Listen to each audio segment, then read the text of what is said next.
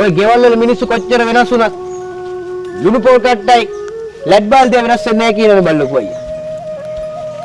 මම මේ කල්පනා කරේ හිම්මලයා අපට මොනදේ තිබුණත් මොකක් හරි අඩුපාඩුවක් තියෙනවා බා. එහෙම අඩුපාඩු ඇතුව මිනිස්සු මේ ලෝකෙට එවන්නේ ඒ අඩුපාඩු අනිත් මිනිස්සුන්ව සම්පූර්ණ කරගන්න බල්ලකෝ අයියා. එතකොට හිම්මලයා අතප්පයක් නෙදී කිටියා කියපන්කෝ. අතප්පයක් නෑ. අතපය නැති මිනිස්සුන්ට ඔය අතපය හදන කොම්පැනි තියෙනවා බා. ගන්න සල්ලි නෑ කියපන්. දුප්පත් කියපන්. ඒ දුප්පත් මිනිහට ඒව අරන් දෙන්න.